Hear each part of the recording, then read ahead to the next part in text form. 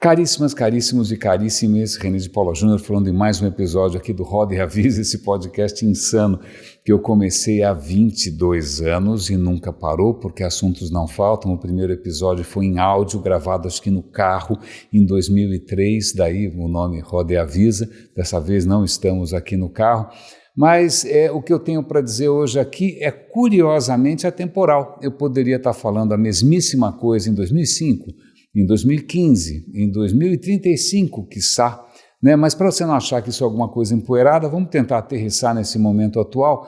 Vamos falar aqui de inteligência artificial, né? E aí, como alguém já me lembrou aqui, Humberto Eco, que era um intelectual interessantíssimo, né? Ele já dizia que toda vez que tem alguma novidade, isso ele estava falando lá atrás, né, 30, 40 anos atrás, os intelectuais vão se dividir entre os apocalípticos, que acham que o mundo vai acabar, e os integrados, que acham que está tudo bem. Continua valendo, apocalípticos e integrados, só que normalmente os integrados estão com as contas pagas e normalmente a palestra deles custa um pouco mais caro, não é? Mas voltando aqui para a inteligência artificial, eu sei que, né, você deve ter ouvido já gente falando, não se preocupe, isso, né, não há risco nenhum, na verdade as pessoas vão conseguir se reinventar, isso não vai gerar desemprego, porque afinal, em outros momentos da história da humanidade, pensa aí a carroça que foi substituída pelo, não, sei lá o quê, pelo automóvel, o VHS que foi substituído pelo streaming, sei lá o que, o vinil que foi substituído pelo CD, né? Isso provoca ali algumas mudanças nas placas tectônicas, alguns terremotos, mas as pessoas se reinventam e tudo dá certo e não se preocupa, não há razão para alarde.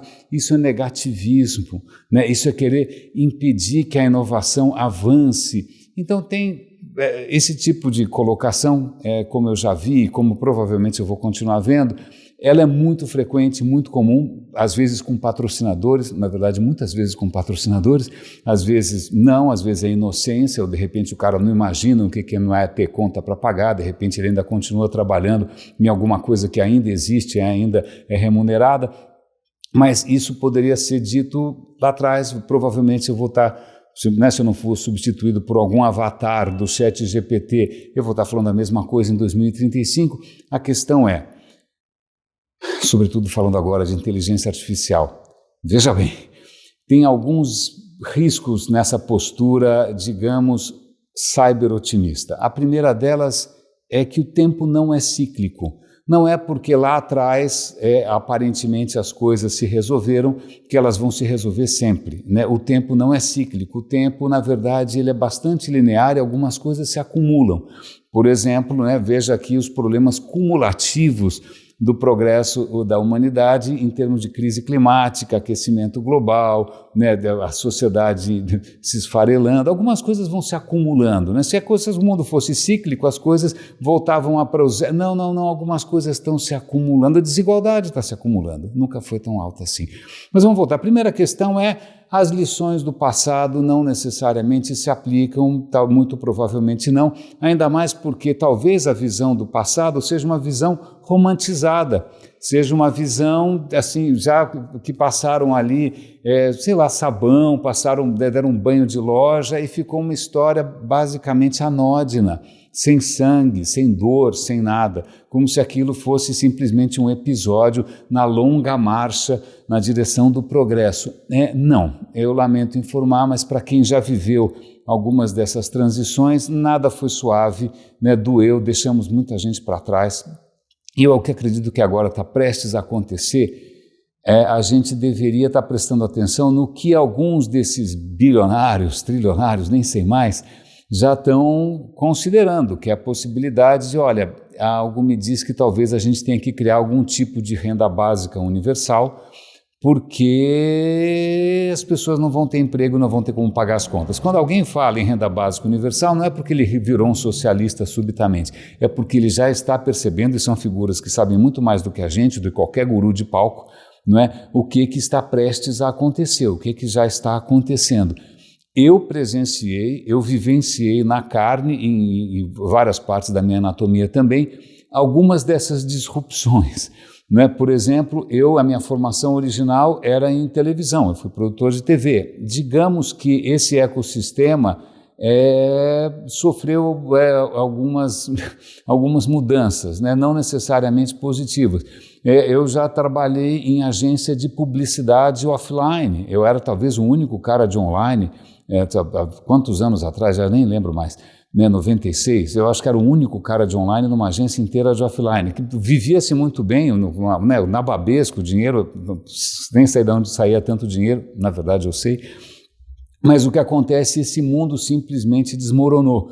Quando eu comecei a trabalhar com internet também, inocente, acreditando que isso ia trazer só prosperidade, ia democratizar, ia ser o fim das mentiras, o que acontece é que você tinha ali uma exuberância, na época a gente até chamava de exuberância irracional, né, de iniciativas, portais, lugares para você trabalhar, tinha o Terra, tinha o UOL, tinha o Zipnet, tinha um monte de coisas. Não tem mais, esse mundo acabou, esse mundo foi se consolidando, concentrando, até ficar na mão de 3 ou 4 machos alfa aí, que estão querendo inclusive jogar todas as políticas de diversidade pela janela. Então, esses caras prosperaram, quem ainda trabalha para esses caras, acho que deve estar bem, até começarem as demissões em massa, é claro, mas as vítimas, digamos que não conseguiram se reinventar, e não é porque eram burros, não é porque eram preguiçosos, não é porque não eram abençoados por alguma divindade, é porque simplesmente não dá para cobrar das pessoas que elas sejam super-homens capazes de resistir a qualquer mudança. Não é só uma questão de inteligência, juventude, talento. Não, tem hora que realmente é uma sinuca de bico. Então, eu me lembro aqui eu trabalhei em telejornal, eu trabalhei em jornais, que também é um mundo que hoje está bastante sacrificado, uma sombra do que já foi. Né? E aí você fala, bom, mas tanto faz, porque para mim é tudo muito conveniente, eu abro aqui, está tudo na minha mão de graça. Bom, parabéns para você, mas você não é o centro do universo. Não é porque você está bem ou porque para você está bom que isso quer dizer que a coisa seja sustentável. Né? Eu poderia ter dito isso em 2005, 2015 ou 2035. Não. Né? Essa nossa miopia, essa nossa mania de avaliar as coisas pela nossa própria conveniência, do nosso próprio sofá com a banda larga garantida e o Wi-Fi grátis, eu acho que isso faz com que a gente esqueça, é como se você estivesse numa locomotiva olhando apenas para frente sem olhar na fumaça que ficou para trás, quem você atropelou, né, as vítimas todas. Esse é um risco permanente, é muito fácil, é lógico, tem o risco involuntário da gente cair nessa armadilha de achar que, bom, eu não estou percebendo nada, então está tudo bem, não é? E provavelmente eu vou me dar bem também, ou porque eu sou, sei lá, favorecido pelos astros, né, pela minha astrologia, ou porque eu sou super inteligente e os outros danem-se, mas não tem os outros danem-se. Não. Se tem alguma coisa que efetivamente está, inclusive, dificultando imensamente a capacidade da humanidade de fazer frente aos problemas que vêm se acumulando, que a gente mesmo criou, que a gente não consegue mais conceber como reverter, né? Isso vai precisar justamente que a gente deixe de parar na própria conveniência, que a gente deixe de parar de pensar no próprio bolso, ou no próprio bônus, né? Ou no nosso próprio mundinho privilegiado. O que está acontecendo agora requer atenção, não vai adiantar nada, porque as forças, essa é a minha perspectiva, pelo menos, as forças em jogo são forças absolutamente colossais, não é? Às vezes vem uma bolada nas costas, vem um DeepSeek da China para dar uma desestabilizada nas coisas, mas tem um rolo compressor acontecendo, um rolo compressor movido a investimentos, a um dinheiro infinito, que a gente não sabe de onde vem. E o que sobra para a gente fazer não é fácil. Eu não sei se esses cyber-otimistas têm filho para criar, não só porque, afinal, eles têm que pagar as escolinhas, a terapia, o iPad novo, etc. e tal, mas porque eles deveriam estar se preocupando o que essa molecada vai fazer da vida. Ela é super talentosa, ela é brilhante, desculpa, o ChatGPT é mais. Ela consegue, não, desculpa, o ChatGPT também é mais. Né? Então, eu não sei de onde vem eu não consigo entender esse cyber-otimismo, a não ser que, é lógico, esteja a serviço de quem está justamente querendo que você ache que está tudo bem. E as coisas, para muita gente, que é o que conta, não estão e não estarão. Né? É lógico que vamos ter revoluções. Vamos, jura. Eu ouvi isso tantas... Sabe quantas vezes eu ouvi de revoluções que iam tornar a vida de todo mundo melhor? Né? O Bitcoin, que ia libertar o mundo, na verdade virou especulação, virou coisa para dark web. Quantas blogs, sei lá quantas coisas eu já ouvi, que é com toda uma visão utópica, mas que na verdade acaba servindo os mesmos bolsos, são as mesmas meia dúzia de pessoas que acabam se beneficiando com isso, e a gente cada vez numa precariedade maior, numa irrelevância maior, né? Tendo que agora não só dançar conforme, seja lá qual for a música, mas dançar conforme o algoritmo, dançar conforme o novo ditador em alguma autocracia por aí. Então, só para dizer, meus caros, a rapadura é doce, mas não é mole, as coisas não estão necessariamente favoráveis, e vale a pena sempre a gente pensar em quem está ausente da discussão, quem a gente não está ouvindo. Né?